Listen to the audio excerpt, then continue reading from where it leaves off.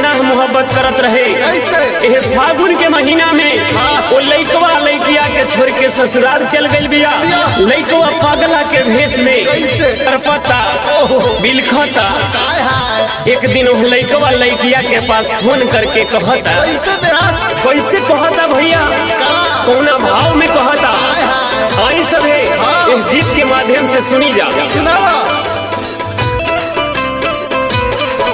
जय हो यो आ गए बिहार में।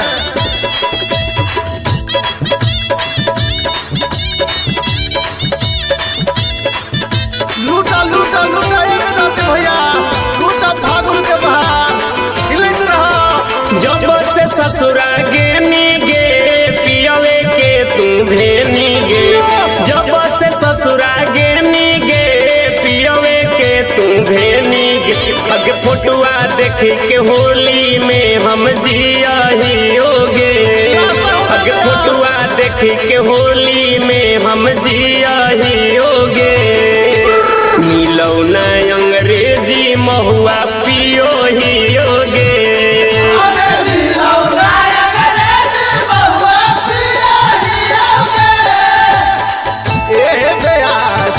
बैगन का जूस पियाए होली में, आय हाय हाय रे जवाना।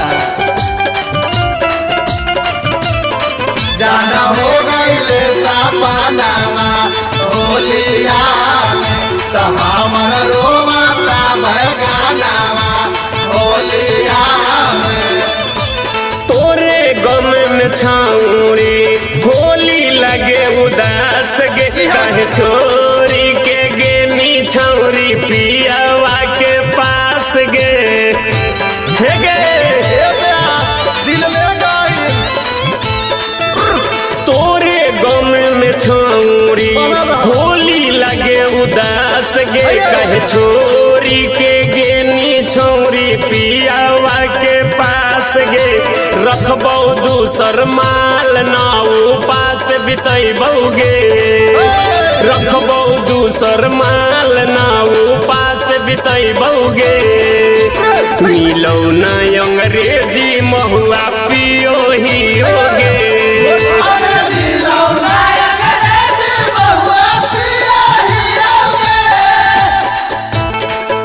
जियो इहे हो हमार रिकॉर्डिंग स्टूडियो के नया अंदाज।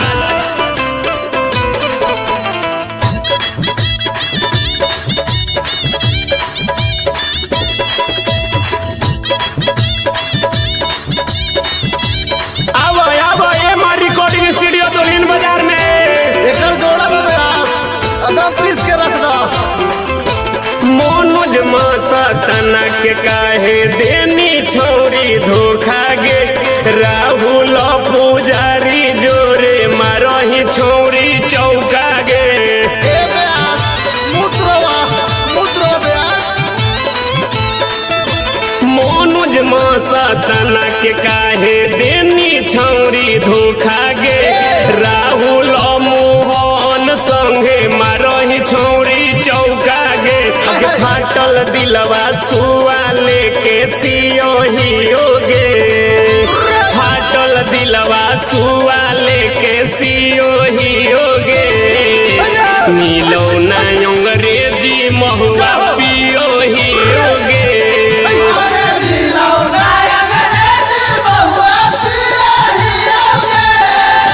जब से ससुरा गेनी गे पियवे के तू भेनी गे। फोटुआ देख के होली में हम जियो ही होगे।